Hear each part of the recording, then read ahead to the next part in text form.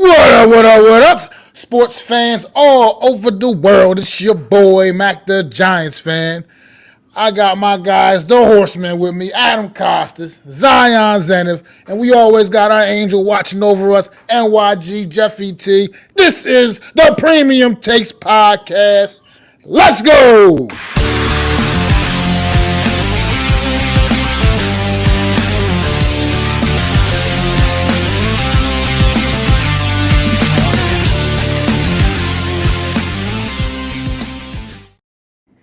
Good evening out there. Good evening, everyone. This is the Premium Takes Podcast with the Horsemen.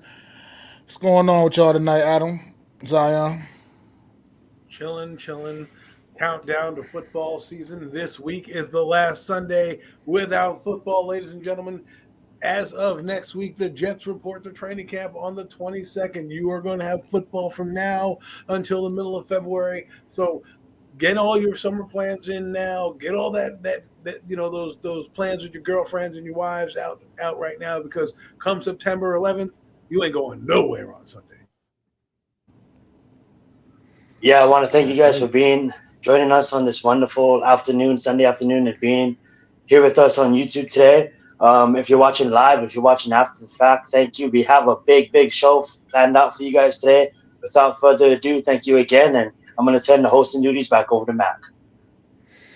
What is going on? Thank you, Zion. Thank you. This is gonna be a little bit just NFL talk all throughout the show today. We're gonna get started with our division previews. We're gonna be doing 2 divisions today.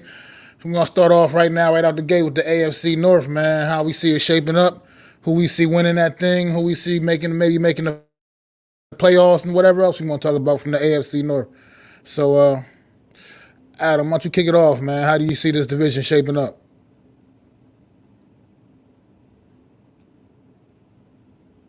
Sorry. I do believe this is one of the most intriguing divisions we have going on with the division matchup. Everybody's got their franchise quarterback. Everybody, is fighting for a spot. I know Cleveland was last year. They could be in the mix this year. Pittsburgh, you know how that is. But I got to give it to Cincinnati, man. Cincinnati has the Joe Burrow. I'm going Cincinnati number 1. Close second is going to be Baltimore. I think they have something to prove this year. They brought in Odell Beckham Jr. They have Lamar Jackson. We'll see if that connection really lights up the league this year. And then I would put in number 3. I'm going to go with Pittsburgh, because Mike Tomlin hasn't had a losing season in God knows how long. I was talking to the man right now, Eagles Uncensored. We were talking about how Mike Tomlin deserves to be in the Hall of Fame and what he's done, never having a losing season. So I think at least they'll be 3rd. Maybe they're fighting for the playoffs. And then the Browns are the Browns. Even with Deshaun Watson, they're going to have exciting plays, but I just don't think they're going to have enough to overcome the 2 top divisions in there. So I'm going Cincinnati. Good stuff, Adam. Good stuff, man. How you see it shaping up, Zion? I love it. What's up, Eagles Uncensored? Thank you for joining us tonight. Everybody go check out that guy's channel. Amazing content creator. Let's get it.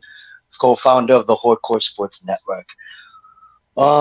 We giving our deep dive, or we just running through real fast? I think I'm just gonna give my deep dive. I'll start with last place. Reason being is because now Adam didn't bring up a good point. They all have good quarterbacks in this division. You can be like, damn, Zion, how do you say Kenny Pickett is a good quarterback? Because he's paired with Mike Tomlinson. Mike Tomlinson is one of the best coaches the game has seen in a very long time.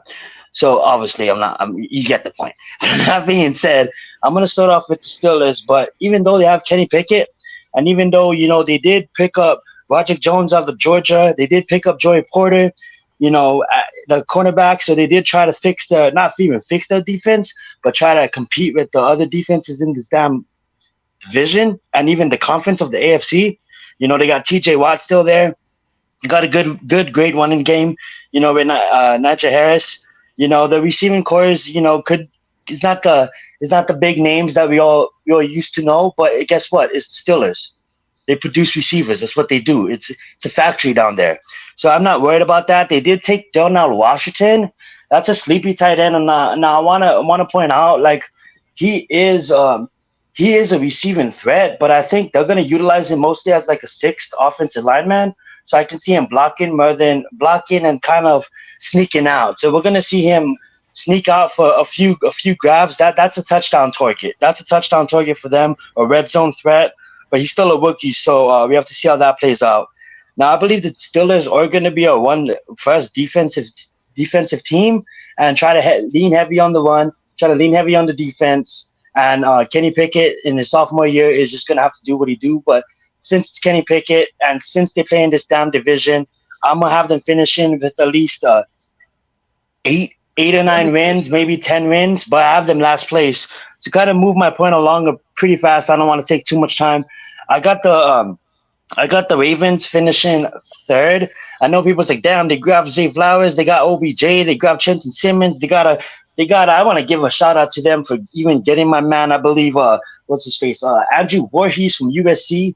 I believe they got him in like the sixth round, but that is he could have gone in day 2, but he tore his knee and he was hurt. He was coming into this last season in college.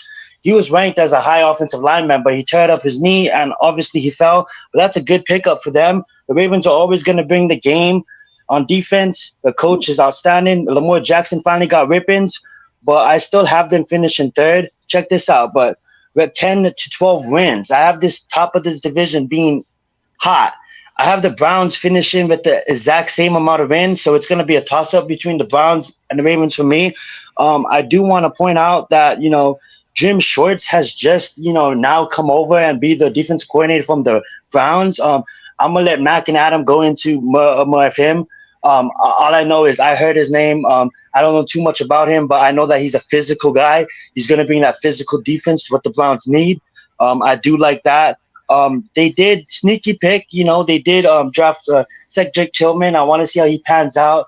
He wasn't really rated as in my top 5 receiver, but he's a good receiving ribbon for the man Deshaun Watson. And the only reason why I have the Browns finishing so high is because I grade Deshaun Watson as a top 3 quarterback in the NFL, and they still have Myles Garrett, and I just don't count out the Browns just yet.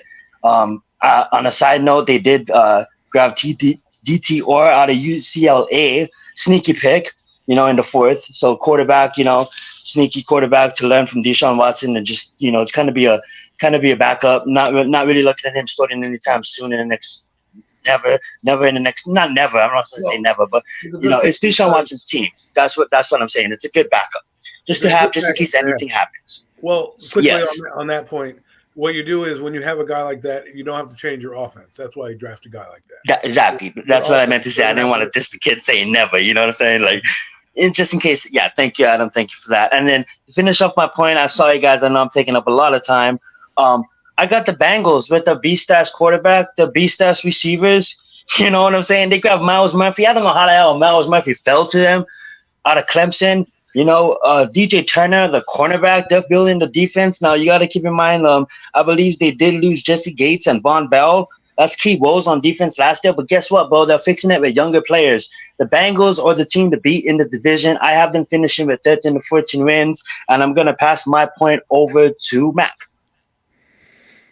Well, yeah, I got the division shaping up exactly the same way as Adam did as far as how the teams are going to fall down, how the team that's going to play out. Cincinnati is just the team to beat, in my opinion, in this division.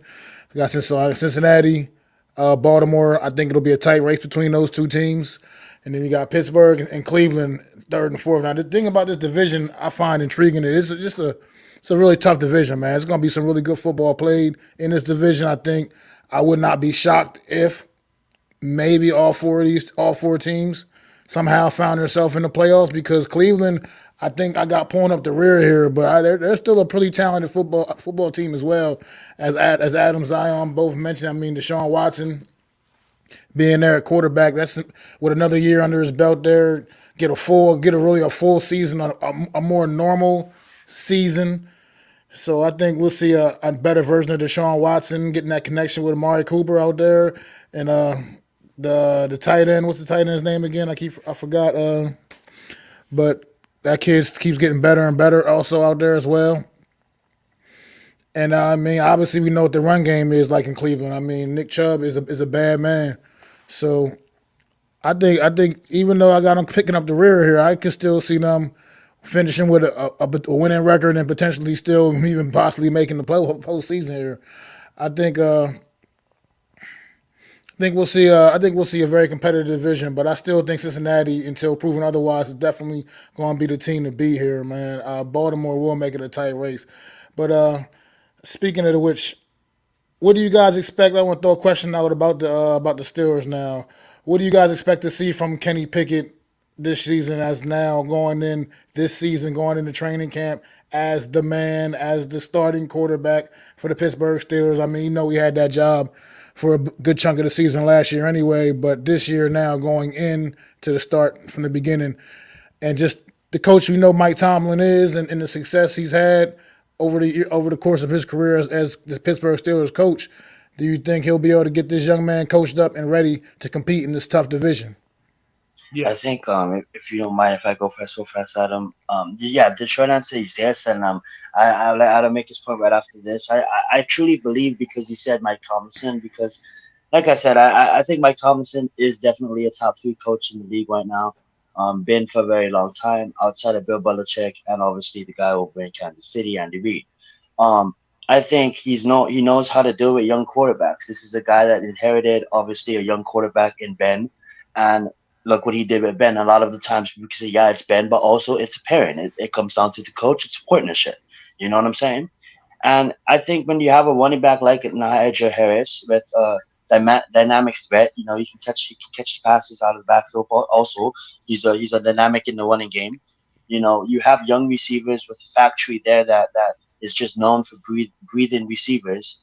I think the plan is to utilize run the ball, play through Najee Harris, and also let Kenny just manage the game. Obviously, don't go out there and don't go try to be superhero, Superman football.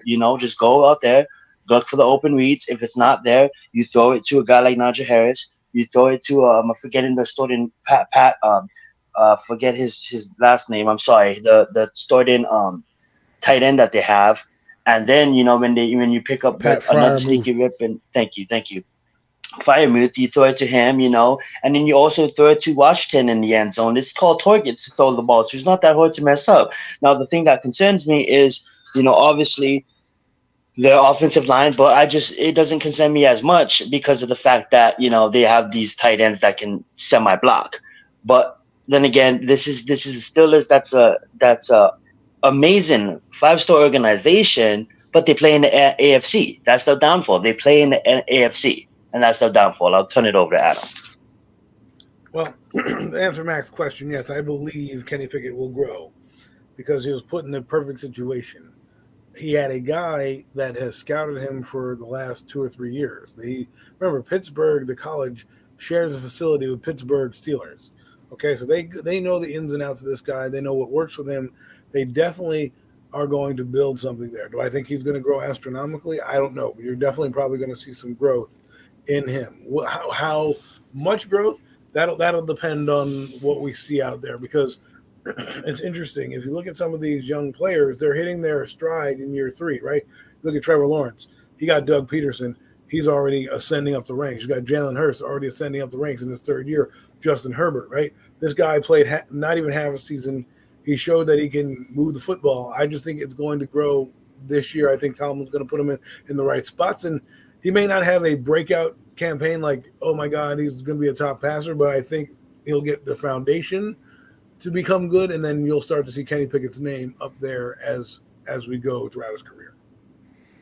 Definitely good take, both of you fellas. No, I mean I agree. I just think the pedigree alone in Pittsburgh just speaks for itself, man. The success this franchise has had and been able to sustain. It's almost, you can almost make a comparison to the New England Patriots over there in the AFC. I mean, even though right now they may not be the most talented team in their divisions, just based off of their coach alone, they're going to stay competitive because their coaches will have nothing less than a competitive team on the football field. So I think Pickett's got that going for him for sure.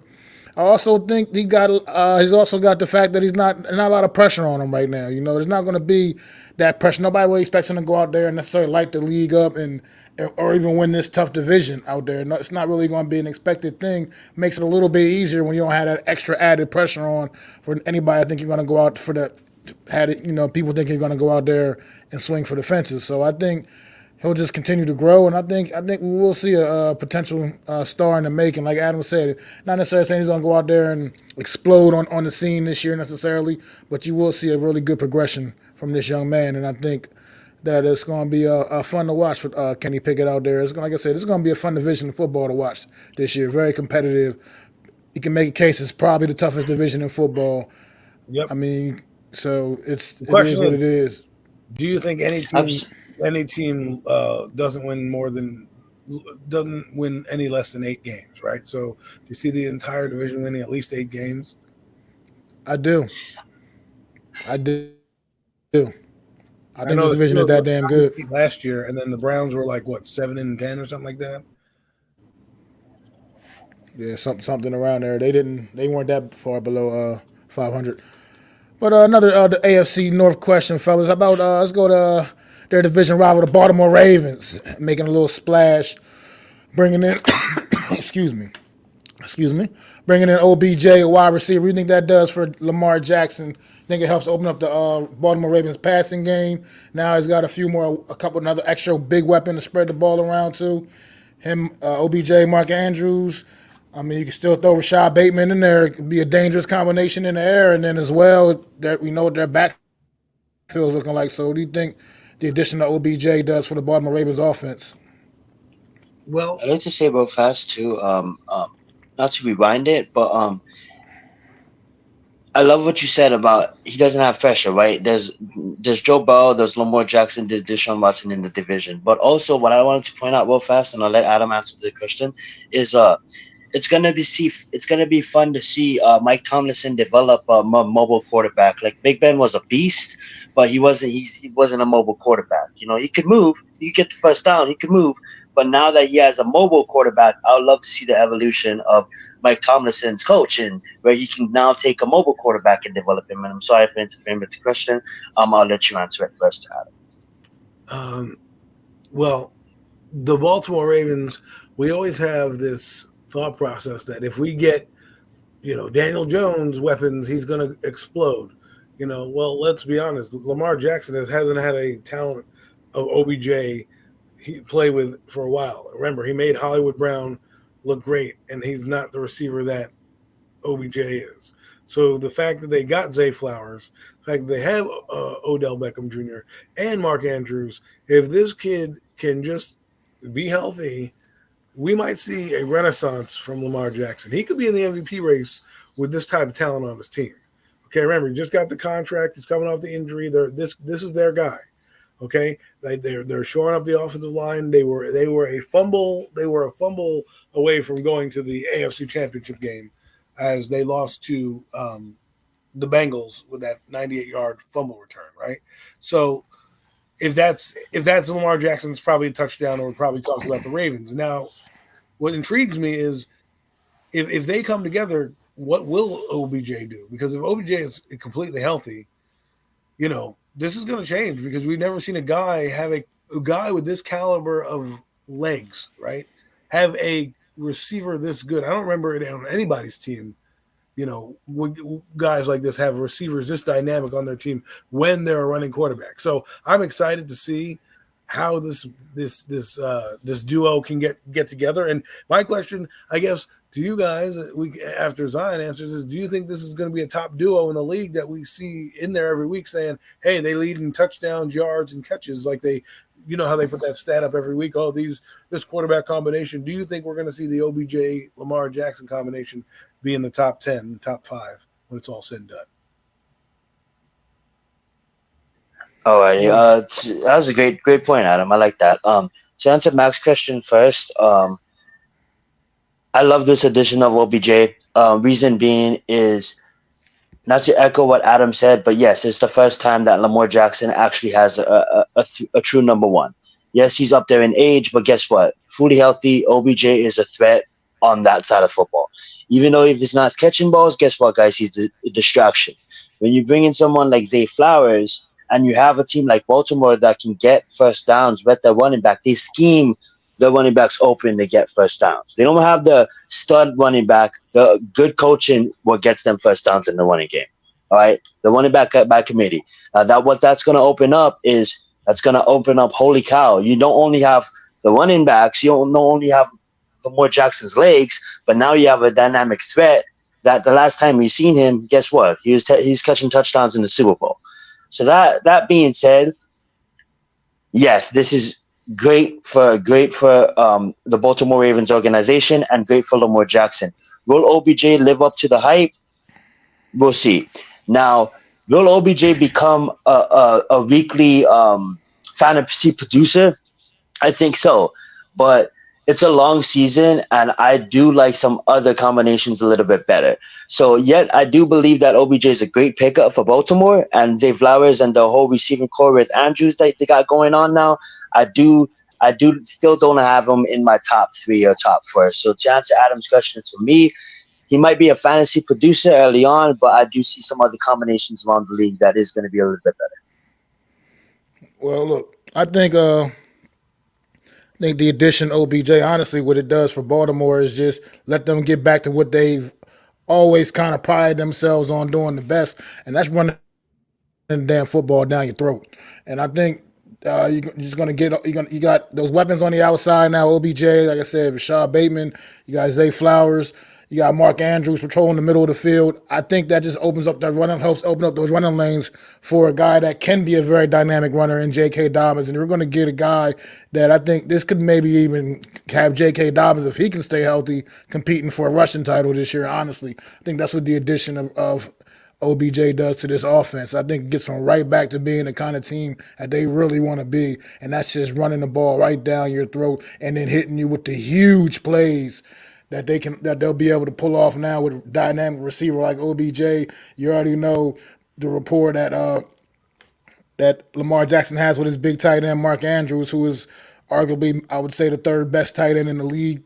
So I think this really opens up the Baltimore Ravens offense, and it can be a downright dangerous and scary offense. And I think they'll be able to beat you any way they damn well please. Pretty much, I think it really makes them a very dynamic team. Now Lamar, like I said, it's going to be about health, and health is a big key with OBJ. Obviously, he does not have the cleanest bill of health throughout his career, and as long as they can continue to keep Lamar Jackson upright and let him be able to stand down there and make plays, man, I think he's going to do that. And like Adam said, I wouldn't be surprised to see Lamar Jackson back in the MVP race this season. I think he can have that big a year with these weapons around him now. So we'll see how it is out there. Like I said, playing in a very tough division though, so we will see. But as far as with, your question, Adam, I also kind of lean towards Zion a little bit. I think he has so many choices. He has enough choices where I don't think any one of those guys is just going to be he's going to be locking in on OBJ like that. I think he's going to be spreading that ball around and moving to the point where there'll be a very formidable combination, obviously. But I think OBJ will be more of the home run hitter, and he'll be spreading the ball around to the rest of the guys.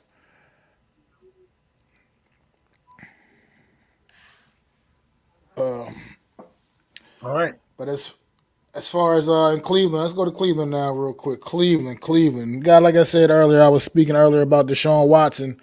Now this year, coming into this season. Last year, he knew he was going to have the time off in the beginning of the year with the suspension and dealing with all of that, whatnot.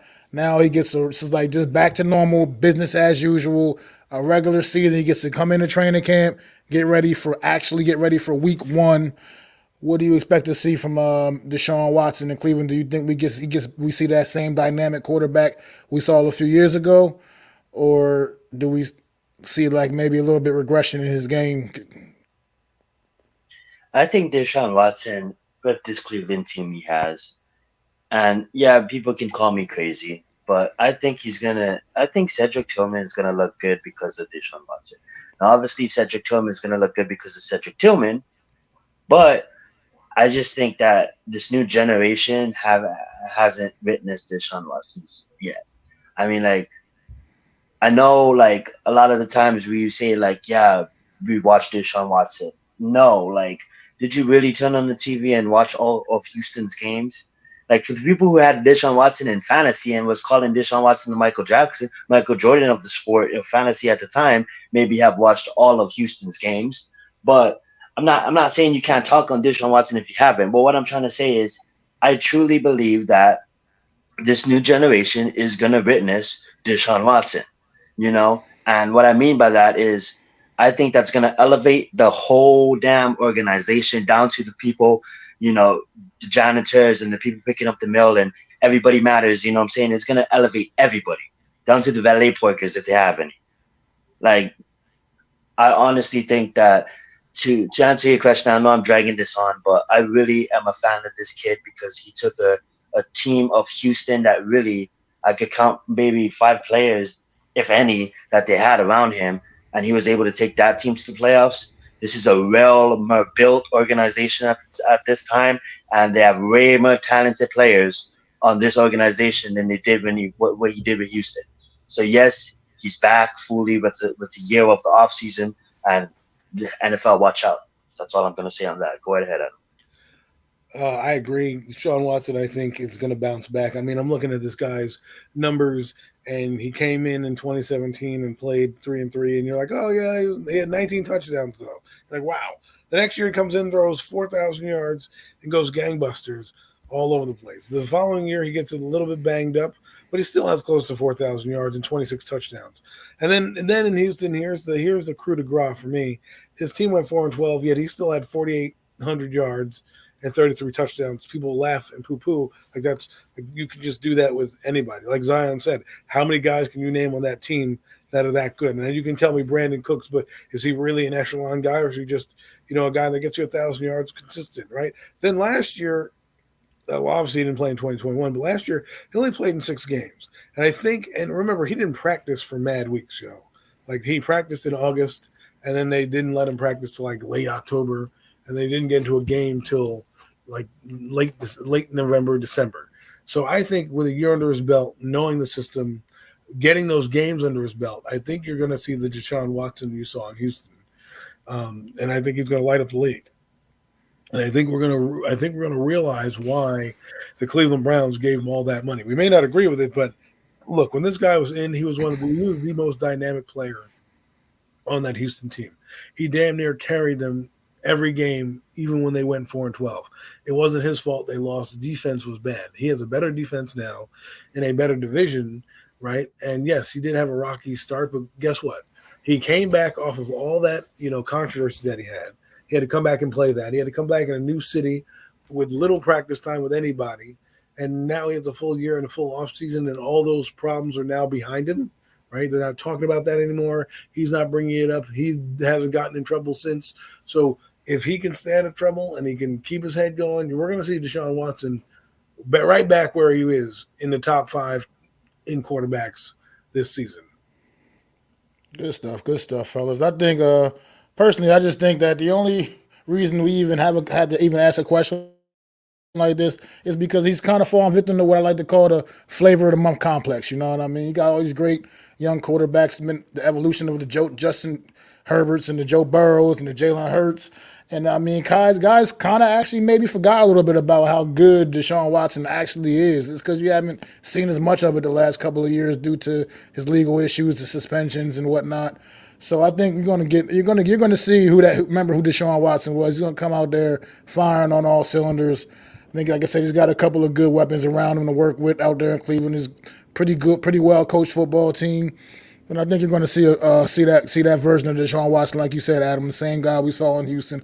I mean, like I said, I'm a proponent of. I don't think you don't just forget how to play the game, and he's a high level competitor, man. I think we're going to get that every step of the way with Deshaun Watson. Like I said, this is going to be a fun division to watch in football. And with that being said, let's got one more team. I just want to see Cincinnati Bengals been at the top of the mountain the last couple of years in this division, man. You think they got what it takes to still hold pat and hold that down in this really tough division where everybody's gonna be coming after them, man, to get that spot at the top, man. How do you feel the Cincinnati Bengals got what it takes to hold it down?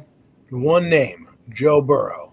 That's all you need to know for them to keep going. Because as long as that guy's on their team, they're gonna have a chance. That's why you draft a franchise quarterback that high, number 1 overall, because you want the chance that when your teams are getting better around you, the Sean Watsons, the Lamar Jacksons, heck, the Kenny Pickett's that are coming up trying to get you, will you have a guy that can rise to the occasion and bring and meet those guys at that moment? And that's Joe Burrow. And I believe he's the best in their division. in quarterback. I think he's got a dynamic weapon in Jamar Chase. I think they still have a good defense out there with Lou Amarillo. Didn't get a head coaching job.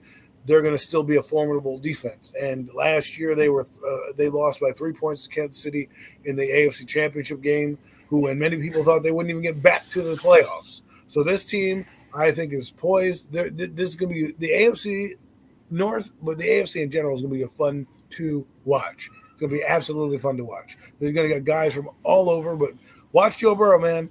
All he does is go about his business. He looks cool, talks smooth, but all he does is go about his business. And the next thing you know, when the dust settles, he's in the dance. So I believe Joe Burrow is going to keep that team relevant. Absolutely, and I like to take this approach to it. When you get someone like Joe Burrow, right? What you get is a shift in the organization. The exact same thing I was just talking about, the people at the Browns, the staff members coming in excited to come to work. This is a shift in the organization that we have seen. The Bengals are on the mountain right next to the Chiefs. The only difference is the Chiefs are in the castle. They're guarding the gate. They're looking at the Chiefs like, damn, we want to get in that castle. But they're still smashing all these teams climbing up the mountain. The thing about it, dude, is the shift. They gained experience. All of this times that the Bengals has entered into the playoffs and gone long in the playoffs. This is not the old Bengals where they eliminated first straight years in wild card games. This is a shift in the organization that has a captain up top named Joe Burrow that is proven that he can get to the mountaintop. What can he win the mountaintop is the next step. But the thing is, they have a consistent track record now of getting to the mountaintop, like another team we see, right? The Buffalo Bills. They have a consistent track record of getting to the mountaintop. I know we're talking about this division, but it goes to the point of the Bengals. The only reason why I have the Bengals above the Bills right now and only second to the Chiefs is because of their quarterback, Joe Burrow, that I truly believe is a better quarterback than Josh Allen. And he's proven it. Now, maybe, okay, people want to debate me on that. Well, give Josh Allen all those weapons. Guess what? Josh Allen has a good damn football team.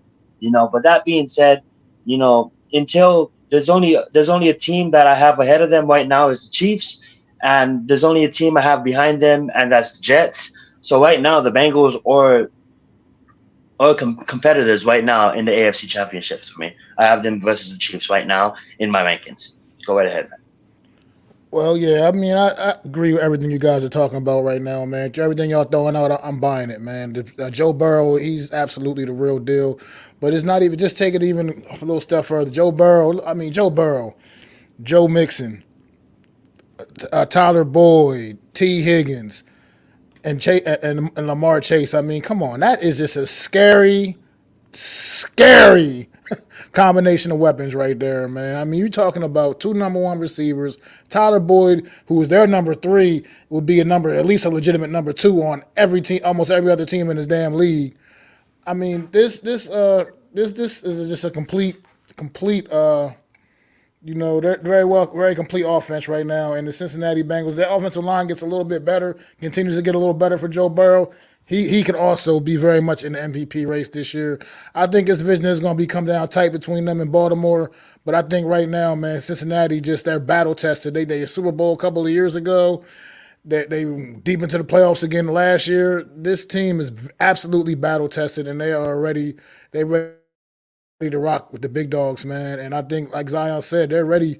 It's like, remember how we had that New England Patriots, Indianapolis Colts thing back in the day with Tom Brady and Peyton Manning? Get ready, buckle up, man. I'm seeing it, man. It's unfolding right now before our eyes, man. Patrick Mahomes, Joe Burrow, man. It's going down. That's gonna be a thing.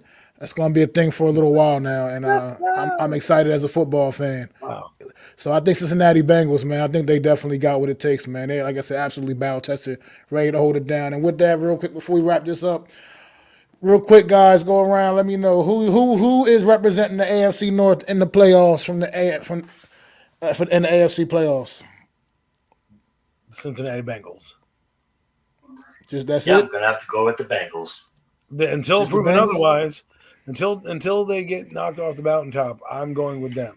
And I know they're winning the division. I mean, we all picked them to win the division, I believe, but I'm just saying, like, is that it? Here's the Anybody else thing, making the Patrick. playoffs from the division? Anybody else This is making what the I look playoffs? at it. This is what I Like look wild at it. cards, too. The If Ravens. the Bengals was to match up with the Browns in the playoffs, as much as Deshaun Watson is one of my favorite players in the league when he's playing, you know, he's going to be on the sideline and he's going to be looking at them putting up points and he's going to be looking at his defense. And then Miles Garrett, even if he has 3 sacks, he can't do everything by himself. I know they have some other studs on defense, but when it comes down to playoff experience, the Bengals are going to put up way more points than the Browns in the playoffs.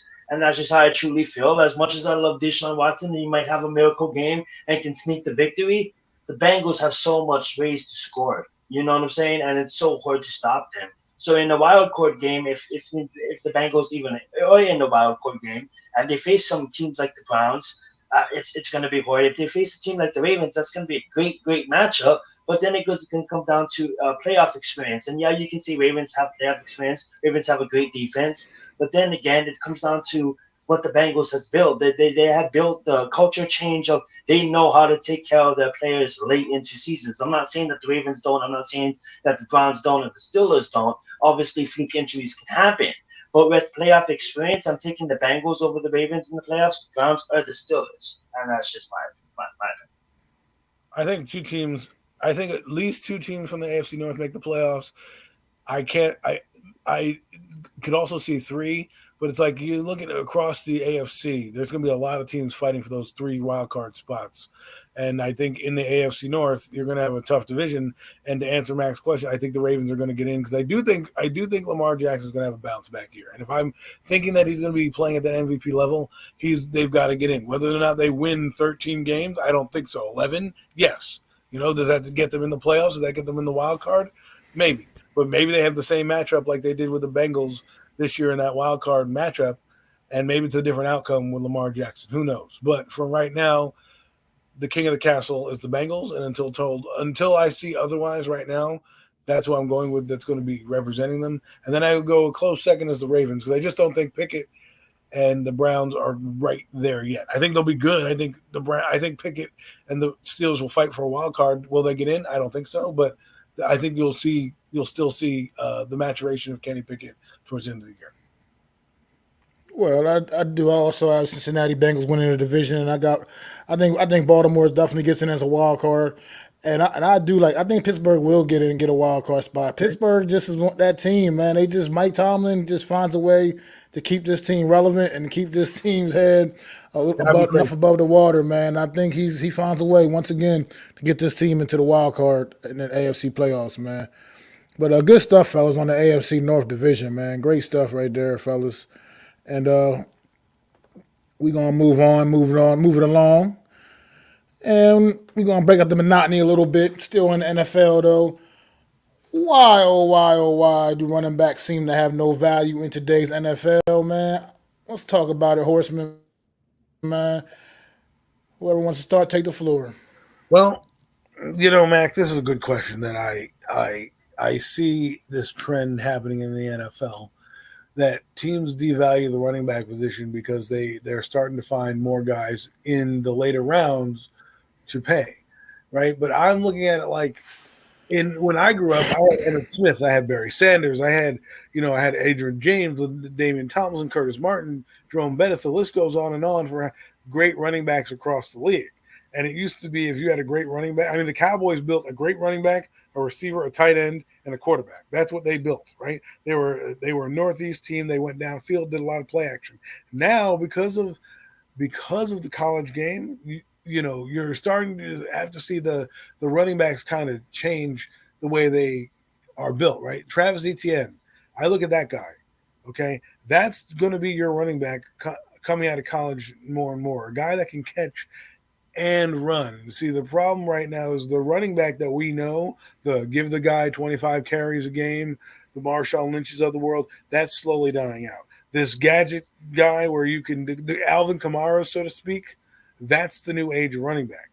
The problem is that the NFL is cheap, and they know they can get around it with these little guys. Now, what am I getting at? I'm getting at this. If the position becomes more fluid like it is, and less teams are using running backs, such as like the Eagles and these other teams that are going to now rely predominantly on their quarterbacks to run, why do I need to pay a big time running back?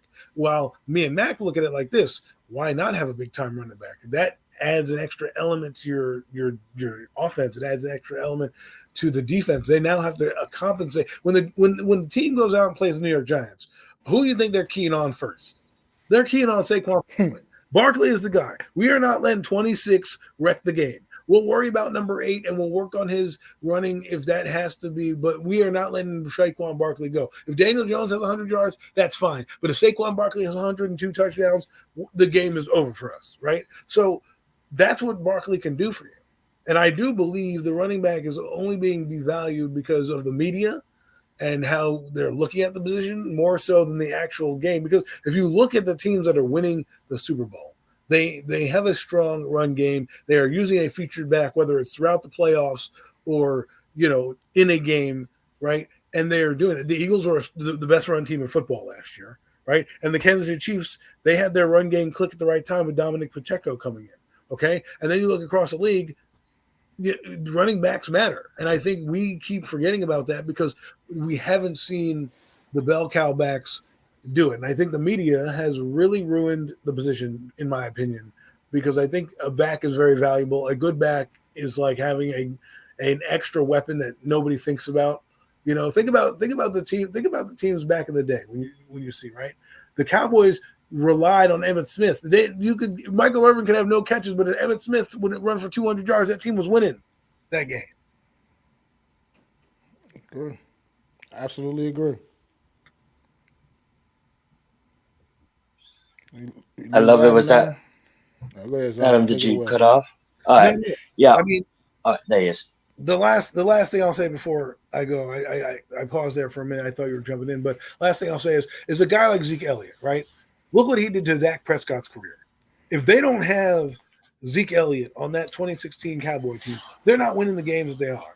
All right. They're not. Dak Prescott's not becoming the guy that he is because guess what? They didn't need to rely on Dak Prescott. They would just ride the bell cow, Zeke Elliott, to let him develop. And boom, now you have a guy that, well, like him or love him, has become a better quarterback from that move. Sorry, Zion. I'll go. No, you don't have to apologize. That was a great take. I've been an advocate. What's up, Philly Halftime? Thank you for joining us tonight. I've been an advocate of these running backs getting paid for the longest. I remember we had a question similar to this in free agency where we was campaigning for these running backs getting undervalued with their contracts. A lot of the times, wait, hold up, not even getting contracts. That being said, I know we do want to all talk on Barkley, and that'll probably come later on down the line in this conversation. But what I want to do is I want to focus on a single player called Dalvin Cook. All right. Now I want to focus on the last 4 years. Now I want to keep in mind that he has made $34 million in his entire league career. His entire career, he's been in the league for 6 seasons. The guy made $34 million in 6 seasons. I want to talk about what he did the last 4 seasons. This is the guy that's third time back-to-back over 1,000-yard rushing. I'm talking about his yards of scrimmage now.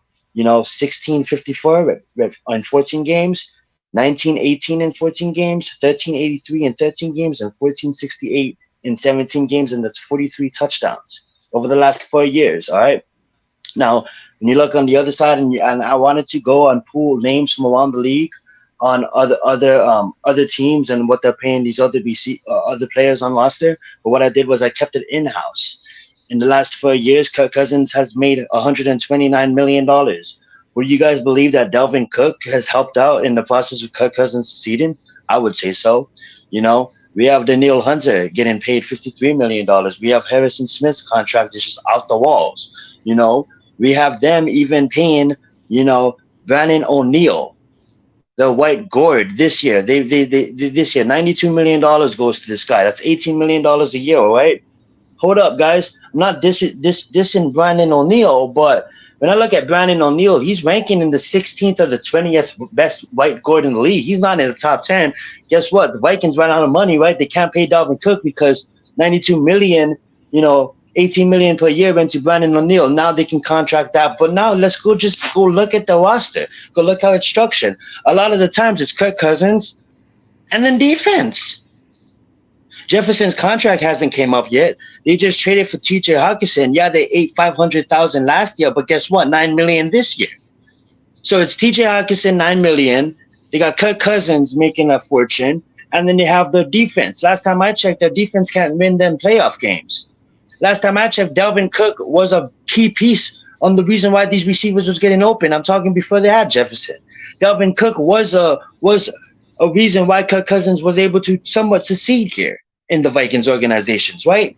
And then when it comes down to, they use excuses, well, we don't know because we have a name of Christian McCaffrey that barely got 1,000 yards from scrimmage for the last 4 years.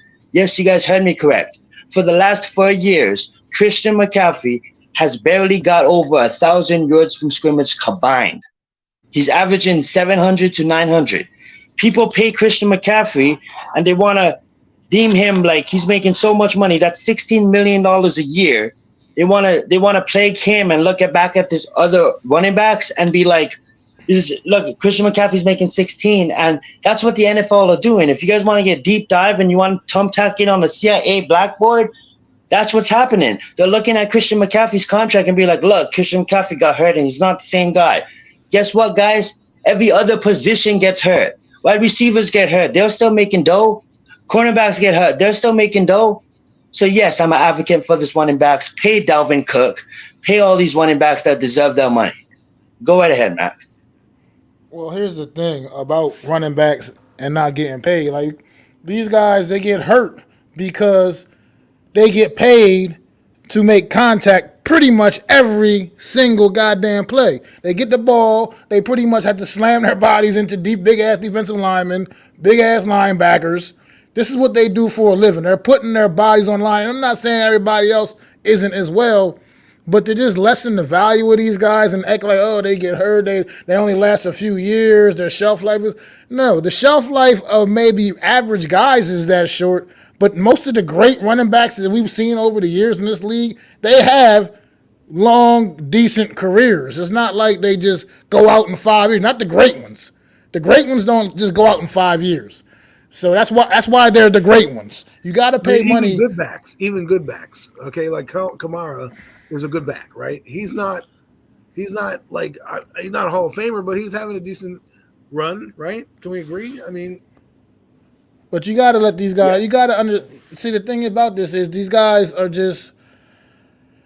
You got to start paying these guys as the playmakers they are. Like for instance.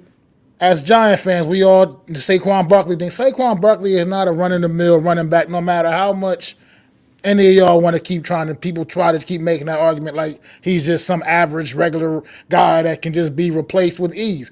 What he means to the New York Giant offense is everything. Right now, defensive coordinators preparing for the New York Giants, that's the number one assignment when they go into practice that week. That's the game plan. Stop 26. Don't let 26 wreck the damn game. That's the game plan. He's the guy. He's the one they want to stop. Everybody else, they'll live with anybody else beating them, basically. But Saquon Barkley is the one guy on the New York Giant offense that they want to make sure does not wreck the damn day. That's just point blank and period. And I'm not a Daniel Jones hater. I'm just it is what it is. He's not the one keeping defensive coordinators up at night. That's just point blank and period. And you want to look around the league and say, well, running backs don't get paid that much, so we're going, even though we know you're the shit, Saquon, we're only going to still offer you, just like you're just some average fucking guy. Look at San Fran, for instance. You use Christian McCaffrey, Deebo Samuel. These guys are playmakers. Christian McCaffrey also, he's not just some regular, just plain old running back. He can run the ball out the backfield. He can also get out there, line up, and run routes, catch the football really well out the backfield. We're the best running back in the business right now at that part of his game. And look at Deebo Samuel, wide receiver, also the same thing, dual threat. He can run the football as well, line him up right in the backfield, and he's a weapon. He's a hybrid player. I mean, that's what some of these guys are. You got to understand, you can't just lump Saquon Barkley, for instance, into this, he's just a running back. He's not just a running back. He's an offensive weapon. And that's just what it is. And as far as like Josh Jacobs, it's the same thing. He goes out there, he leads, wins the rushing title. Raiders weren't that great of a team last year. We all get it. But at the same time, the little bit of success that they did have mostly was behind the legs of Josh Jacobs and the phenomenal performances he was out there having week in and week out.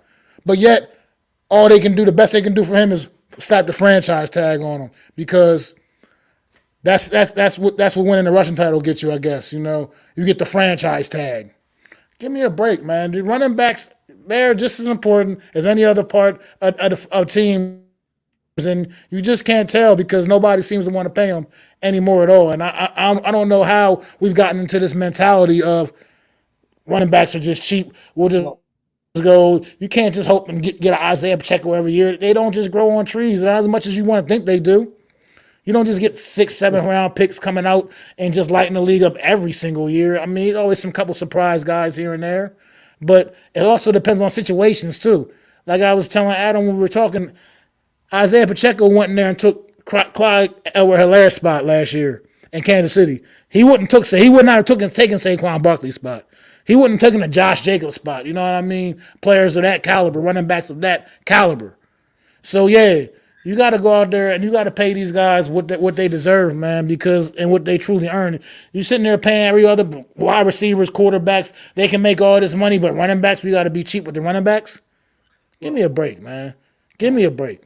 I think the running backs are being emulated like Alvin Kamara because why am I saying that? Because if you look at Travis Etienne, if you look at Alvin Kamara, if you look at the guy that the Lions just drafted, they're now becoming more receiving threats out of the backfield, right? Now, I'm not saying Barkley can't do it. I was an advocate, last year I was banging the table every week. Why are we not throwing this guy the football more, right? Why are we not getting him out on screens more? Why are we not doing the things that they do with McCaffrey more with this guy? Maybe they think it's his body type. Because if you look at Kamara, you look at the kid they just drafted out of Alabama with the Lions, and you look at Christian McCaffrey, they can run every tree in the book. So like Max said, they're like Marshall Faulk out there. Okay, Marshall Faulk is the perfect running back to describe what the running backs look like these days and what they want. They want the next Marshall Faulk. Okay, and mind you, that guy had a 10-year career and is in the Hall of Fame. Okay, so Marshall Faulk is what everybody wants. They want to, because remember when Marshall Faulk came in, the reason that offense goes is because Marshall Faulk is able to split out wide as a wide receiver and go empty backfield. That was not necessarily done in that day and age when we were watching football, right? Now, Barkley, I think the problem with Barkley is his reputation is he came in, he's a 230-pound back. We like to run him downhill. All this stuff that they're trying to make him be is not what Barkley is. So they're trying to pay him on what they think he should be as opposed to what we all know that he is, and that is he can compete with the guys like McCaffrey and Kamara. He may not look like them body type, but that's the way you need to utilize him. Honestly, I think a lot of some of that also, like they were talking about how he's mostly a safety valve for Daniel Jones, is because I put some of that on the offensive line play. Honestly, just don't have the time to have him go out there and route. So it's not you got to keep him in to help pick up blitzers and all that whatnot. I think it's just a little bit more to it. Situational. I think Barkley has the skill set to do a lot of those things. He might not be I wouldn't say he's the receiving threat Christian McCaffrey is, but at the same time, he has a skill set where he can be a legit receiving threat. And I think a lot of that stuff, where we didn't see a lot of that last year, is because the New York Giants offensive line situation doesn't allow him to be able to do some of those things as much as we like to see it happen. And hopefully with improved offensive line play, we will get to see a lot more of that as long as he's out there with the team, given the situation. As we know, D-Day is tomorrow, 4:00 p.m., last opportunity to be the deadline to get a deal done. So we'll see what happens, man. But if you guys got anything else left on this topic here, we can move on to the next one, man. I'm good. I think we're good. I think Jameer Gibbs is a player that from the Lions Adam was talking about. Yes, that's the point. Thank you. Well, then we will get right into the next division that we were going to cover, and that will be the NFC North this evening. Another division with a little bit of change, a guard. It looks like this is going to be going down this division this year. Let me Adam, take it away, man. Let me see who you got, how you got the division shaping up. Well, this is a hard division for me because all the teams are kind of in a transitional phase, right? All of them across the board. Minnesota just came off their high-flying season. I think after studying them a little bit, I think they might still be the division winner out of this team just because they have veteran offense. They just got Jordan Addison. Their defensive coordinator, who I believe, if we believe in Wink Martindale and guys like that, defensive coordinators do matter. Well, I think Brian Flores coming in and changing that defense is going to help them out a little bit. And I don't think they're going to win 13 games, but I think they can win enough to win this division. I'm intrigued to see what Jordan Love is, the post Aaron Rodgers era. I mean, come on. How long have we were waiting for this era to happen? We never thought it would, and here we are. We didn't think that this would happen. Who thought the franchise would have the same shit happen to them 20 years later, right? 20 years later, they get rid of Brett Favre, right? He does I don't want to play. I want to play. I don't want to play. Boom. And then Aaron Rodgers stands up. I'm not going to be that guy, blah, blah, blah. 20 years later, I don't want to play. I want to play. I want to play. Trade him to the Jets. Here we are with Jordan Love. So I'm intrigued to see him. The guy that intrigues me the most out of all of them, talent-wise, is Justin Fields. He's pretty interesting. I want to see if he gets better as a passer. But the team that nobody's talking about, that we really should be, is that team down in the Motor City, the Detroit Lions, baby. I know a lot of people looked at their draft and kind of was like, they drafted a running back. What are you talking about? Dude, they had one of the best offensive lines last year. Their quarterback had a rebirth. You're going to now add that new running back who, let's be honest, is now going to play a lot more receiver out of the backfield because they do have a running back on that team as well. They're going to play a lot of him out of the backfield and make him like an Alvin Kamara. Jared Goff and that team. Look out for the Lions, man. I wouldn't be surprised they get in the wild card. I don't know if they're as good as Minnesota, but I'm excited to watch the Detroit Lions this year. Let's hope, because last year I feel like they came of age a little bit. They built an identity for the first time. You're like, they weren't a laughing stock in the league like they normally are. Did they have their moments? Yes, but they came together. And Jared Goff, everyone laughed when they got that guy. Well, he had a rebirth last year, and I can't wait to see what he does in the third year in this offense. The hype surrounding them. Let's see if they can put it together and get to the playoffs. Remember, they went they won, I don't know what, 6 games in the final 10 to kind of right their season and fight for the playoffs. So they're riding a hot end of their year. So we'll see what happens. But I think Minnesota's slightly better than them, but Detroit Lions right behind them. Great points, Adam. Great points. I don't know, man. I am totally on the opposite spectrum of you. In some points, I have this division easy to map out for me, and I'm not trying to sound like a prick, but I mean, like, I got Green Bay in last place. I just got a question marks there. Like, who's on the defense? Who's on the offense? Jordan Love. I mean, like, fully rebuild. Like, I got them winning maybe 5 games. So it's like question surrounding Green Bay. I know they did grab probably the best draft pick that coming to mind is they got the edge rusher, Lucas Van Ness, but still confusion there. I mean, like, you're going to depend on that rookie you guys had last year, but guess what? He doesn't have Aaron Rodgers trying in the football, so hopefully, yes, he had developed chemistry with Jordan Love, but a whole lot of question marks in Green Bay. I'm lucky if they win 5 games. Moving on to the Bears, I mean, like, there's a lot of struggle there as well.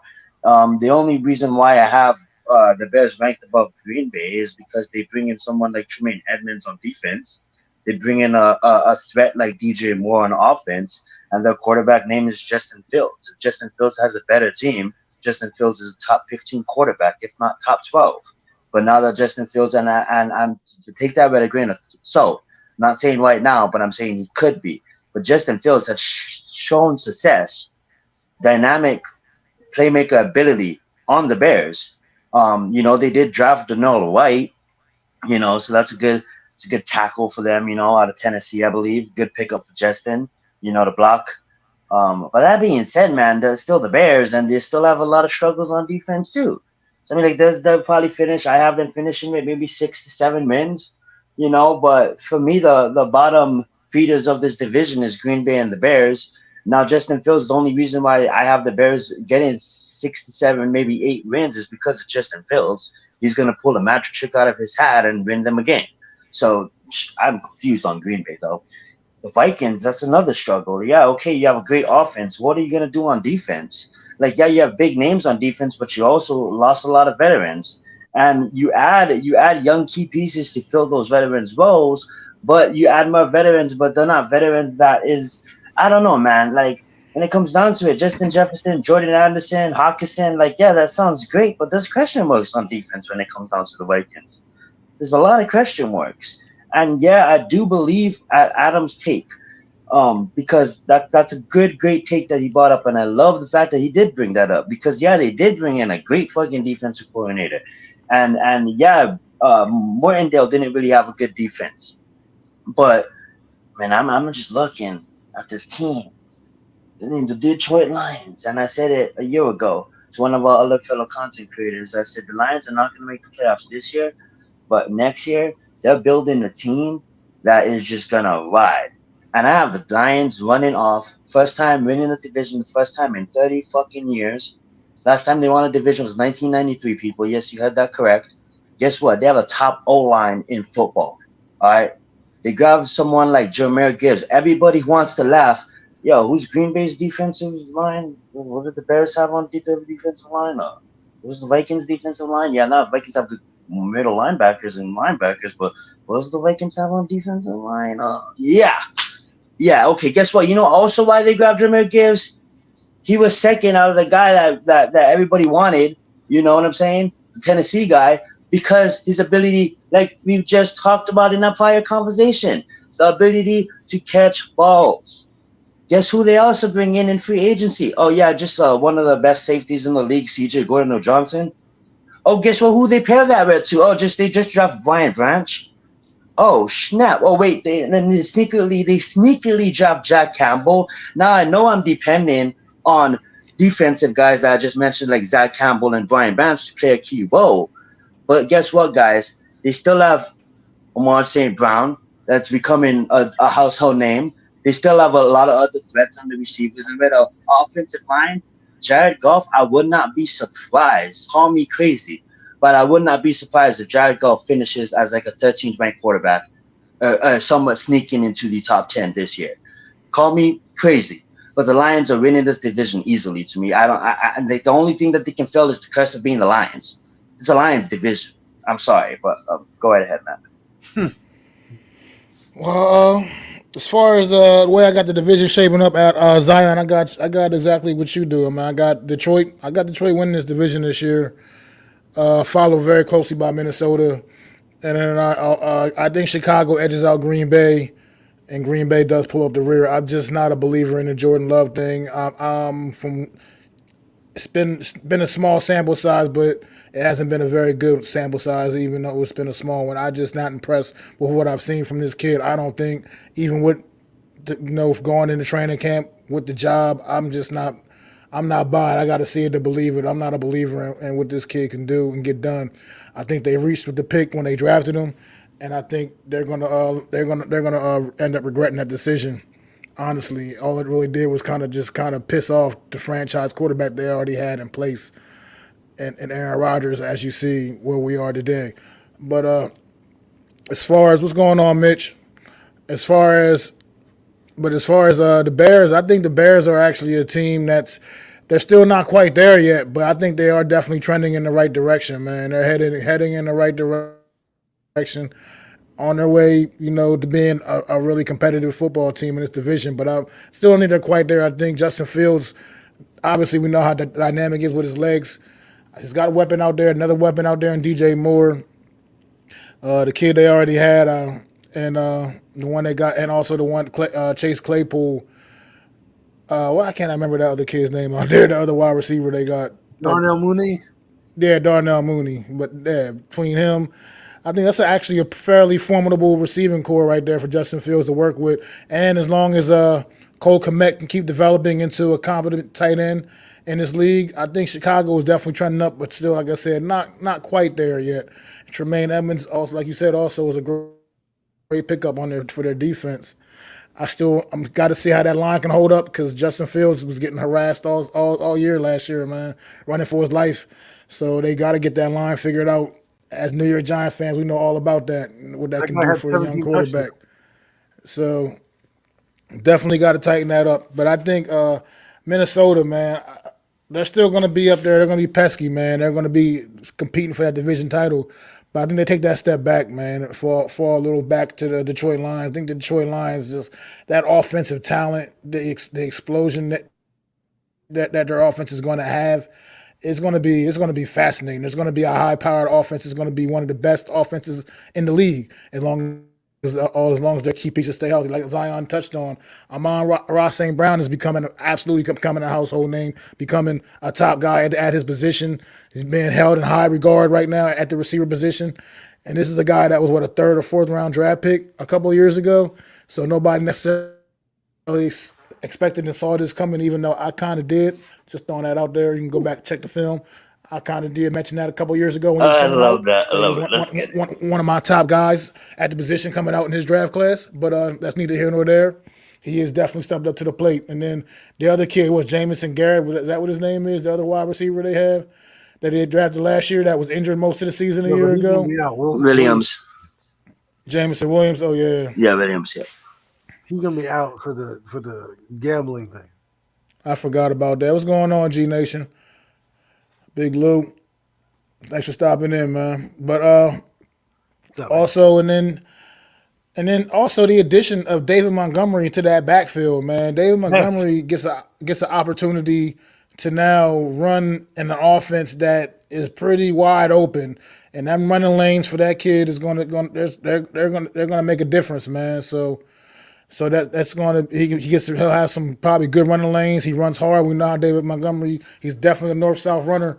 He's not going to give you too much in the passing game, but at the same time, He doesn't need definitely know what exactly. They got the receivers out there on the field. Jared Goff, like him or not, he's a quarterback that's been to a Super Bowl, who's played in a Super Bowl. He's got that kind of experience. Last year. And you saw what he did a year ago. It was definitely a nice year for him. So I think they're really ready to take that step, man. The Detroit Lions, I think, are my team in that division this year, and I think they'll edge out the Minnesota Vikings for that division title up there in the NFC North. So that's pretty much what I got. I got Detroit, Minnesota, Chicago, and Green Bay. All right, Jordan Love, guys. I just told you kind of how I felt about the kid, man. Adam, do you think the Green Bay Packers can sustain their overall just franchise success? Are they in good hands with Jordan Love? Probably not. I don't think. See, the thing is, Jordan Love has talent, and we'll see if Matt LaFleur, who's an offensive, I wouldn't say guru, but an offensive guy, we'll see if he can work with this guy. I mean, there's a reason they drafted him number one. There's a reason he went that high. I mean, I'm not going to deny that. Whether we want to call it a reach or not, I didn't study much of Jordan Love that year because he's from Nevada, so not many great passers come from that school. But he did have a decent game last year, and we'll see what happens with the training camp under their belt. To answer your question, do I think they're going to be able to compete? No, they're not going to be the high octane offense that they were, right? But Aaron Rodgers had a down season last year. Are we expecting him to be Aaron Rodgers? No, I'm expecting him to be Jordan Love. Get me 3,200 yards, like 20 touchdowns, and keep us in ball games, and let's see if our defense can do something. I mean, that's what they tried to do last year. Last year it didn't work out. I mean, they do still have the running backs there, right? So that's good for Jordan Love. He can lean on that. They have two up-and-coming receivers in Watson and the kid Rasul Douglas, number 87. So he's coming to his own. So we'll see what happens there. When you get rid of a talent and a legend like Aaron Rodgers, it's hard for the next guy to establish himself. It's happening over in New York right now, where we had a guy named Eli Manning, and we try to get the next Eli Manning or whatever it is, and guys may not live up to their expectations. It's a lot of pressure to put them out there and do that. So I think they're going to struggle.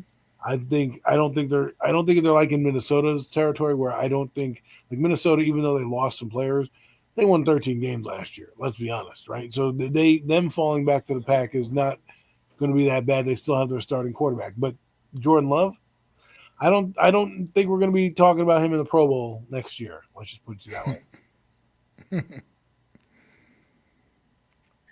How you feel about Jordan Love, Zion? Yeah, absolutely. Yeah. Question marks up to galore at the Green Bay Packers. I mean, like, what is it? A philosophy that they want to live by? That they magically think that they're going to have their quarterback sit for like 3 years and 2.5 years and then come back and magically store it? Was Jordan Love ever near the top of his draft class? Maybe if he was that draft class even remotely close to when Alex Smith and Aaron Rodgers was to come out? Aaron Rodgers was one of the top quarterbacks in that draft class. There's a reason why he succeeded. Now, I'm a fan of hands-on. I mean, like I could train to become an MMA fighter, right? And I could go sport for 5 years, and I could face a guy that actually been in the ring. I need experience. Now, maybe Jordan Love is the kind of person that can learn it from the books, but I mean, like you need game experience to get better in the National Football League. This is not like, oh, you can just plug it in and gain knowledge. Like, yeah, you have to be a damn smart student if you're just gonna if Green Bay's thinking he's gonna come in and just take the stand, exactly, like take the mantle, and like nothing happened, like we just that's how they feel, like, oh yeah, we like they just didn't lose Aaron Rodgers. I mean, I have Jordan Love struggling for years to come, and I have Green Bay probably picking the draft pick in the last couple of years. You heard it there first. He played at Utah State. I mean, I don't remember any great quarterbacks coming out of Utah State. So I mean, look, Jordan Love, I wish him the best. And I hope he does good. And I'm glad he's with a guy like Matt LaFleur, who's offensive coordinator. But you got some big shoes to fill. I mean, and I would not want to be him. I would want to be the guy after Jordan Love, right? The guy that has you don't want to be the first guy right Exactly. It's like okay, now if magically somewhat, Joe Burrow came out and be like, I just don't love football no more. I'm just gonna become a model or a random thought. I'm just gonna become a model, right? And then they had Jordan Love on the roster, and he's taking, yeah, okay, maybe we have a chance there. Look at his receiving core. Look at the team around him. I'm looking at Green Bay. I'm like, well, what do you guys see that we don't? What kind of ritual did you guys do? Like Mitch was saying, or like Eagles was saying, it's like, well, what do you guys see that we don't see? Like, I mean, like obviously he's in the building, but I mean, like he doesn't have a supporting cast. I'm just looking at I'm looking at more like when you have a legend and then you try to come in and be the guy after the legend, it's tough. And let's see how he can deal with that. Because it's not like Green Bay, it's not like in Cincinnati where Joe Burrow had to, the legend of Andy Dalton. Ooh, like nobody cares about Andy Dalton enough to, put that pressure on Joe Burrow. But when you come in, Jordan Love, you're the 20th pick of the draft, you're Green Bay, you're replacing a legend, people are going to talk about you. They're going to be like, and the worst part is this: if Aaron Rodgers has a good year with the Jets, that's going to kick the Green Bay Packers in the friggin' ass if he comes back. Remember, because he got banged up last year, Aaron Rodgers. There was a turmoil that was in, blah blah blah, right? So if he goes out with the Jets and they win playoff games and he's dropping dimes all over the field, and you see Jordan Love and he's struggling, to get the snap counts down and all that stuff and move the football, you're gonna see a meltdown because that's what it is. And then next year, let's say they do stink. You got Jordan Love, you invested the first round picking him. You're now Green Bay. Let's say you fall inside the top 10. Are you going to now take a quarterback and say, F it, fuck it, we're going to go with somebody else? Because if you have a chance to get a Drake May or Caleb Williams or a guy like that, I am not hesitating. I mean, even if I was the New York Giants happen to be like number 2 and Caleb Williams was there, I'm turning the card in, right? Regardless of who's on my roster. So, to me, Green Bay's really got one of those storylines that you're really gonna have to follow closely because it could implode quickly. Well, look, man, let's go back a little bit in time. What, 2008? Brett Favre, the retirement. Then I want to come back. The reason the Green Bay Packers were okay with saying, nah, Aaron, we don't want you. I mean, no, Brett Favre, we don't want you back. Go ahead and live. Go ahead and do what you want to do. Let him go ahead and he eventually signed with the New York Jets, obviously. The reason they were comfortable doing that is because even though at that point in time there was only a small sample size of Aaron Rodgers on the field, it was a damn good small sample size of Aaron Rodgers. They were very, very comfortable and knew what they had in Aaron Rodgers moving forward. And they were very comfortable saying, Brett, it's been great, but we're going with the young kid because we know he's the shit. They don't have that with Jordan Love. Jordan Love's sample size, what he's done with his opportunities, limited opportunities, it just ain't been what Aaron Rodgers did, for instance, back then with his limited opportunities back in those days when they made the transition from Brett Favre to Aaron Rodgers. It's not the same. Jordan Love, it's just, this kid to me, from what I've seen, he's just not the guy. And I think it's going to bury the Green Bay Packers for a couple of years in that division, and they're going to fall behind the rest of the pack in that division, man. I think it's going to be a couple of years till they can get it right and right the ship. But I don't like. I need to. Hopefully, I'm wrong. I want to wish the best for the kid, but at the same time, I haven't seen it in limited opportunities that I've seen from him. I just haven't seen it. Maybe he'll come out here and surprise me, but I just don't believe. I'm not a believer in Jordan Love and Well, what I've it's funny. seen thus far That's from the the kid. thing too. That's the thing too. Like I'm a realistic person. Like I'm done feeling sorry for these kids if they're making millions of dollars. Like yo, you're making millions of dollars. You're fucking good. Go start a business or something. Know how to manage your damn money. Go invest. That being said, I have no whole remorse. Jordan Love, regardless of what I said, I'm not mad at you. Hopefully, I'm talking all this shit now. I'll bite my words if you come out and be like a Russell Wilson or a Dak Prescott, quarterbacks that was taken late, that proved the NFL wrong. But that being said, you know even though Jordan Love, I feel that is not going to be a starter. He still is going to make money, and there's a lot of other football opportunities outside of the NFL now that he can make money, so he's going to be alright. Well, I think it's funny because watch us, like AK said, watch them make a deal with the devil, and this guy come in and have a solid career in Green Bay. Because we talk about, like Mac mentioned a point about Green Bay. They drafted Brett Favre. They drafted Aaron Rodgers 24th overall in the 2005 draft. That guy was supposed to be number 2 pick in the draft, and he ended up sliding for whatever reason. People didn't want to get him, and they had 3 years, and they were like, "Listen, we have Brett Favre. We're going to ride Brett Favre out, but we have this kid waiting in the wings." Now, the funniest part is the same thing happened in Green Bay again, and we beat down the Green Bay Packers for doing the smart thing. You have an aging quarterback. You decided to invest in a guy that you did your homework on, let's say Jordan Love. And I mean, let's say Matt LaFleur is the guy that drafted him. So Matt LaFleur goes, I can work with this kid, bring him in. And so maybe we're looking at it wrong. Maybe they do have a plan, because we laugh at all these organizations, but the Giants did the same thing. They had Eli Manning, and instead of just drafting a quarterback, unlike the Jets. Remember, the Jets had nobody, right? And they drafted Zach Wilson to be the starter. He didn't really have anybody to kind of, show him the ropes, right? Everybody else does. So this guy now has Aaron Rodgers that if he didn't learn a thing or two from Aaron Rodgers, then shame on Jordan Love for not learning anything behind a guy who's going to be going to the Hall of Fame. So maybe AK is right. Maybe the coaching staff knows more than we know. Well, look. See, I love. Here's where I Go fast, respectfully disagree.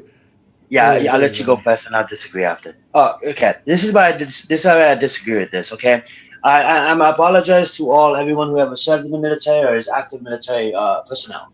This is the way I look at it. Okay, imagine a black ops squad. All right, imagine the NFL teams is all black ops squads. Right, you got teams coming out with some commanders. Right, when Jordan Love walks out with his commanders behind him, like, what am I scared of? Like, who is Green Bay's backup quarterback? It's not like Green Bay had no quarterback options in this year's draft. Okay, it's not like Green Bay. They always choose to go defense. I'm not gonna knock Green Bay. They're up there as a historic franchise. But all I'm trying to say is, like, where are the pieces to surround this kid that is a threat in battle? There's none. There's none. So how is this kid supposed to succeed if there's no help around him? Number two, it's almost like pride. Like, I love you, Zach LaFleur, but what are you trying to prove? You need players on your football team to win football games. Green Bay botched the draft, in my mind. They botched it. I don't know what they were doing in this year's draft. I don't know what they were doing in last year's draft. Green Bay, I used to turn on the TV back in 2014, 15, 16, Sunday Night Football. They used to talk about the prestigious drafts that Green Bay has. 78, 90, 89% of players is drafted in Green Bay. Yeah, they lost that 5 years ago. They haven't drafted bad last 5 years. They have nobody to go to battle with Jordan Love. And I'll let Mac finish.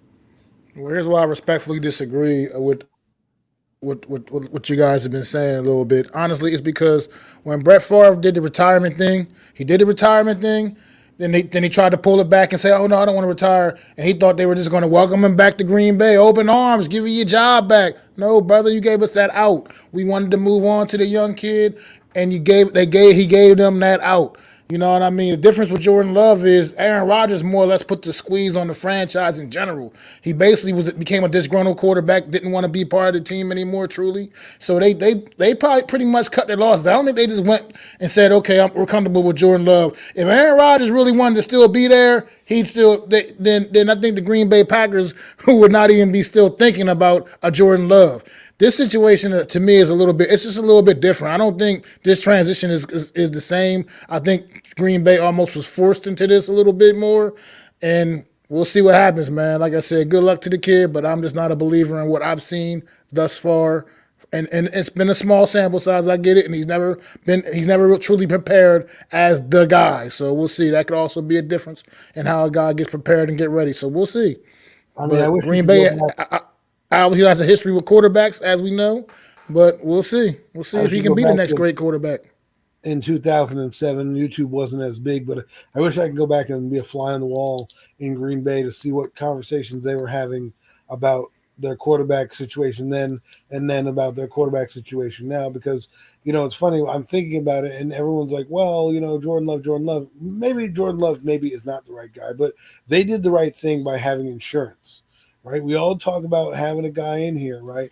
Aaron Rodgers was on the other side of 30, and they 35, and they're like, well, we got to get a guy in here that we could develop and see that if we have something down the road. Look what the Eagles did. The Eagles drafted, Jalen Hurts. They had Carson Wentz on the team. That shit fell through, and then we're like, you know what, we're going to move around. We're going to move along to this kid Jalen Hurts. Now, whether it works out, the Eagles were safe because they had the 2 first-round picks. If it failed, they could easily pick a quarterback because they were in the top 10. If they wanted to ride with the kid, they could build their team otherwise. So we got to give credit to the front office to maybe they know something. I don't know what's going to happen.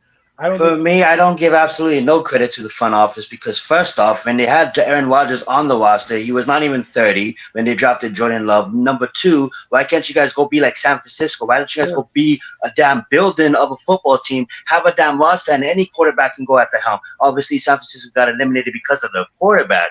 But I agree with your point in that Aaron Rodgers was talking about leaving and stuff like that. But like it's not like you look at I'm not talking about just this year. I'm look at the last 4 years. Like, what players have they really built? Like there's not really a team built up in Green Bay to hit the head for Jordan Love to inherit. I love it. But this time we got to move on move it along a little bit here. We got down Jordan Love rabbit hole a little too far, a little too long. But it's okay. Good stuff from both of you guys, man. Everybody, good stuff in the chat. But Chicago Bears, man, Justin Fields had a big year with his legs. Obviously, he still has a lot to prove with his arm. I think the addition of a DJ Moore can just add to what can help Justin Fields take that next step as a passer in this league. We already know what he can do with his legs. Can he take that next step as a passer in Chicago? How do you guys feel about that? Yeah, I'm gonna be short because I have we do have these phone conversations on the phone, and I do know that Adam has kind of talked me into liking this Justin Field guy. I did actually go look at some tape, not recently, but in past couple of months ago, and I do think yes, Mac, yes, because of the that he has actual receivers on. Now, yeah, you may not have the O line. You did try to bring him a tackle. He still needs to develop. He's a rookie, right? In Darnell White. But they still bring in someone like DJ Moore. And with the ability to have a mobile quarterback, if he was a pocket quarterback, he kind of hoard because now you have to worry about the O-line. But a mobile quarterback, you know what I'm saying, with these receivers, I just think that he's gonna show improvements, and I'm gonna let Adam take over because I know this is Adam's guy. I know Adam been praising Justin Fields for a while now. Well, the thing about this is that you have a guy in Justin Fields who, let's be real right now. He's coming in. They brought in a new coaching staff last year, and I think the offensive coordinator and the quarterbacks coach are going to help elevate this guy as a passer. If you look at his numbers last year, he had 17 touchdowns, 2,200 yards rushing, and 1,000 yards. 1,000 yards rushing, 2,200 yards passing.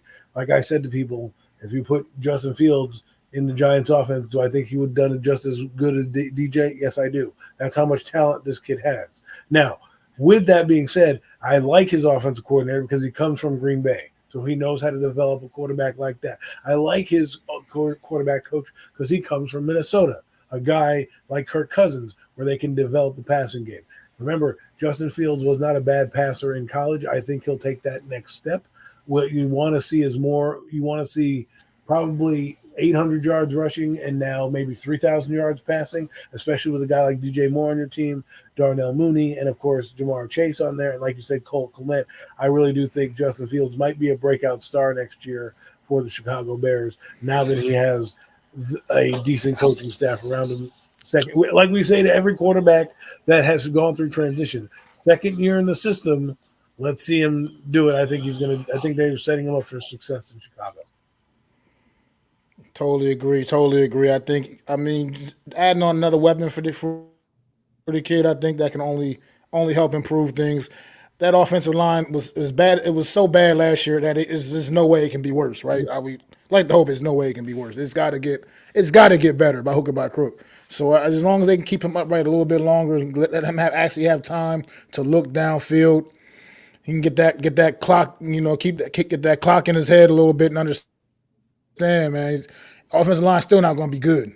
It's still not going to be good, but as long as it's better, as long as they are better, I think this kid will have a chance to become a much better passer in this league and let people have a little more respect for his arm as well as his legs. But that's really all I got there, man. Let's go to Detroit, man. Detroit. Are they going to be like, do you think they get hit with just the curse of the Motor City? It seems like no matter when, even when this team, it seems like everything is going so good, something just seems to keep holding this team down. You think the curse of the Motor City holds this team back, or are they truly ready to evolve to the top of the NFC North? I don't want to jinx them, but I think they're going to punch their ticket to the playoffs this year. Whether that's winning the North, I don't know, but I do think they're going to get over the hump and get there. I think they're a competitive team. They were arguably one of the best teams down the stretch. Remember, they were fighting with Green Bay for a last playoff spot, and there was a scenario where they could have gotten in had the Giants lost a couple games down the stretch. They could have gotten in. So this year, I think they're going to punch their ticket, like you said, with everybody taking a step back. Do I think they win the North? No, but I don't know what's going to happen when they get to the playoffs. Listen, this team just let them get there. Let their fan base be happy, for something, since 1993 when they lost to the Eagles in the divisional round. You know what I mean? 1996 comes to mind as well when they had teams, and then they went to the playoffs against the Cowboys and lost that. No, did they lose that game? Yeah, they lost that game to the Cowboys on a controversial. Holding call at that point. So, I mean, we'll see what happens, man. I think the Lions are the exciting team, the team that I'd like to see get there, and then we'll see if Jared Goff's the real deal, and then if they buy into Dan Campbell one more year.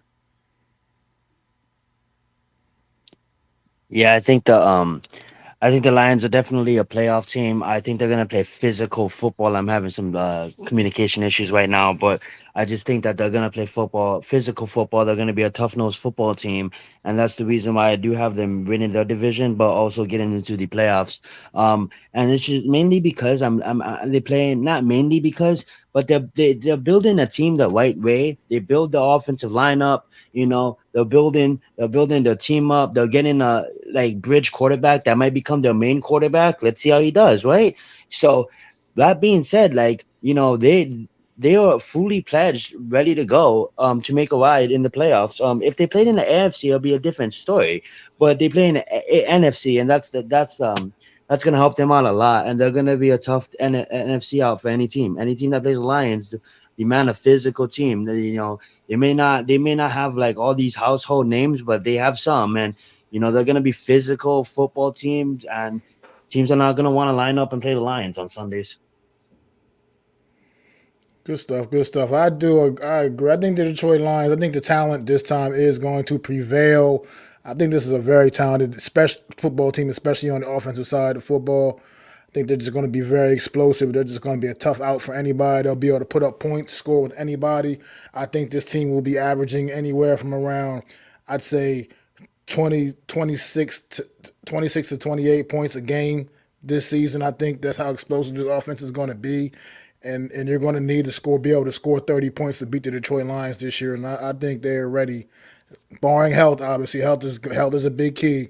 Like Jared Goff goes down, that's pretty much a disaster for this football team. But or and a couple other players that can name on their offense. But at the same, I think this team is ready to take that step, and I think they can shake off that curse, that little Motor City curse, and they at least become a playoff team and become a legit contender in this division. They're set up for the next couple of years, I believe, to do that as well. So I think the Detroit Lions are the real deal, and they are ready to take that next step. But one more team in this division, the Minnesota Vikings. Right now, I mean, you can go on. Probably for most people, they'll probably will be the favorite going into the season in this division. But do you think this team can sustain and hold off the other improving parts components in this division? Like I said, I don't think the Bears are quite ready yet, but I think they'll be far more competitive than they were a year ago. So you think the Minnesota Vikings can maybe maintain and hold on with what they got, or do they need to make some moves to hold off the Detroit Lions, for instance, in this division? My question with the Vikings is, you know, the culture change and older veterans leaving, and who is going to step up as the new leaders. What I mean by that is they lost Thielen and they lost Henderson, and these are key factors, that played with the organization for a long time, and those are key factors outside of the game on Sunday. So when I look at the Lions, sorry, when I look at the Vikings, and I have that now, I have no questions for them and their receiving core. They have one of the best receiving cores in the league right now. Even Jordan Anderson is just a rookie. I truly believe he's gonna emerge, and he's Justin Jefferson taking up a lot of He's coverage. opposite of He has Justin TJ Jefferson, Hawkinson so there. So he's going that's to gonna get be a good bomb looks. receiving core. You know what I'm saying? So I ain't worried about that side of the football. But what I am worried about is them taking a loss of the key roles, key veterans, like the guys I just mentioned, and who's going to step up on defense. I know they have a lot of good players on defense, but who's really going to step up? Because the last time I checked, for the last 3 years that I've been picking the Vikings to represent, it's been a fucking, sorry for swearing, but a fall off of the fact. It's like all these guys are hype up on defense. They just get tired at the end of the season. It happens every year for the last 3 years, so I don't have any hope in the Vikings no more. And watch it. The year I throw the Vikings to the side, they're gonna probably come on and play the best football ever. But right now, I just think that's the struggle with the Vikings for me, and that's why I have them take a slightly a step back. Go right ahead, Adam. It's interesting for me. I just watched that quarterbacks documentary on NFL Network and Netflix, and it really opened my eyes to Kirk Cousins and how much of a leader he was and how much he rallied that team. And really, what was missing from that team, that was a defense, a guy that was aggressive. I rewatched that giant Viking game, and while the Vikings did make some stops because it's an NFL defense, you're going to make stops. They were not in the backfield doing anything. And when they did get pressure on Daniel Jones, he did struggle a bit, right? So who do they have now? They weren't really a heavy blitz team. They weren't all that. They were kind of a zone team. Now they bring in Brian Flores. They still have Danielle Hunter. They have Marcus Davenport now coming in over from the Saints. They have a couple guys in Jordan Hicks who takes over for Eric Hendricks and things like that. So I think the Minnesota Vikings, after rewatching some of their tape and looking over their roster recently, I don't think they're going to be as bad as we think they're going to be. I think losing Adam Thielen was a blessing and a curse, because last year he did nothing in that second half of the game and the playoffs. He wasn't the same Adam Thielen before Justin Jefferson got there. So now to have a guy like Addison to add a little bit more juice, the guy that I would pick up in fantasy is KJ Osborne, because now he's going to be open all over the place. TJ Hawkinson is going to be open all over the place. Their offensive line, if they get a few guys healthy. Remember, when they were healthy, that offensive line was one of the best in football. They lost their center due to some injuries, and that kind of stifled them. So if they can bring back some of their guys, I wouldn't be surprised if we see Minnesota still winning 10 or 11 games next season, just because their defense is slightly improved. Remember, they can't get any worse than it was last year. Last year was an atrocious. They made Mike White look like Hall of Famer last year, so it can't get any worse than it is. With Brian Flores, I think they get a little better just with their scheme. Well. Good stuff, fellas. Once again, I think with Minnesota here, you guys are saying exactly what I'm thinking. The defense is what has everything to prove right now. I mean, offensively, I think they'll still be able to score points with just about anybody. Offensively, they'll be able to throw the ball over the yard. I'm not so certain How I feel about Alexander Madison becoming the full-time number one guy in their backfield, but he's been a more than capable backup over the course of his career in Minnesota behind Dalvin Cook. So we'll see how it is with his new role as their top lead back. I'm assuming they'll still have they'll be throwing a little committee out there to some extent anyway with that. But obviously Justin Jefferson, make a case, is probably the best receiver in football right now currently. So they still, I mean, he's got that guy run out the tunnel. I think that only helps the rookie Jordan Addison already takes the pressure off of him. He'll be facing pretty much a lot significantly softer coverage. So I think it'll give him the ability to make some plays on their offense. They'll still be a very dangerous team, like I said, be able to score points on anybody. But that defense has got to come and rise to the occasion because it's not a championship level defense. Offensively, they're ready. Defensively, they got a lot to prove, man. And I just think that's what's going to eventually be that Achilles heel because, like I said, I believe you're going to have to be able to keep a team like the Detroit Lions points down. And I don't think this Minnesota Viking defense will be capable of doing that. And I think that's just a matchup that would just favor the Detroit Lions. What they can do offensively against a defense like Minnesota, I think that'll be the difference in this division. So with that being said, fellas, who you got, man? Who do you see representing the NFC North in the NFC playoffs, man? Division champion and any wild cards they might have. I think Minnesota's going to win the division, and I think the Lions are going to be a wild card team. Good stuff. Zion, who you got, man? Yo, right now my early bets is Green Bay at the bottom at 5-12. I got the Bears at 7-10. I got the Vikings at 9-8, and I got the first time in 30 years the Lions at 10-7. Who do you got going to the playoffs in the division, representing the division in the playoffs? I got the Lions, and I only have the Lions. The Vikings miss out on playoffs due to the Saints. Ooh, that's interesting. Well, I got the Detroit Lions myself winning the division, and I do have the Minnesota Vikings also capturing a wild card spot. I think they're still offensively too good. That team was 13-4 a year ago. Can't just forget that. This was a very good football team. That defense just got to get it together.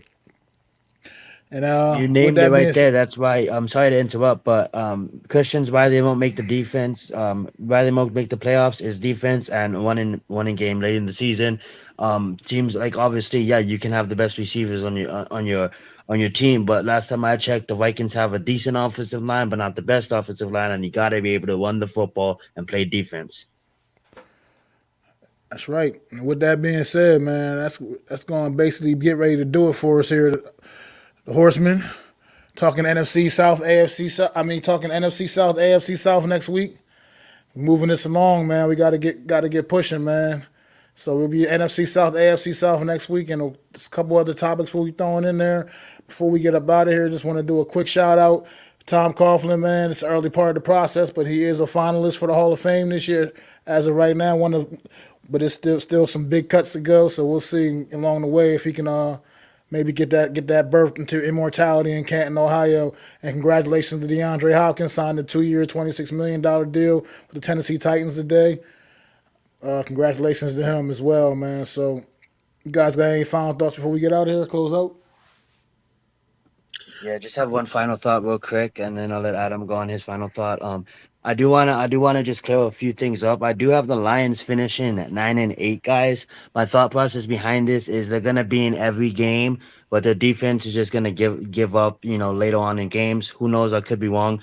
Now, if you guys wanna go take Kirk Cousins, Justin Jefferson, and Jordan Addison, absolutely. I have Jefferson finishing, over 18. I have Jordan Addison finishing it over 13. They're gonna be producers in fantasy. These receivers are gonna go off. When it comes down to the wire in the fourth quarter, they're going to lose most of the games because of the defense. But I can see both receivers, even the tight ends, going off it over 80 yards a game and having stats galore at the numbers on offense. When it comes back down to it, they're going to lose games because of their defense. Well, my final thought is you're going to see the Minnesota Vikings duplicate at least 10 wins next year because I think Addison they like a lot. Again, you look at his profile, he's 215 pounds. Those are the backs they like nowadays. I can catch out of the backfield that aren't big old 230-pound running back like Dalvin Cook was. You're going to see that guy running out, splitting out wide.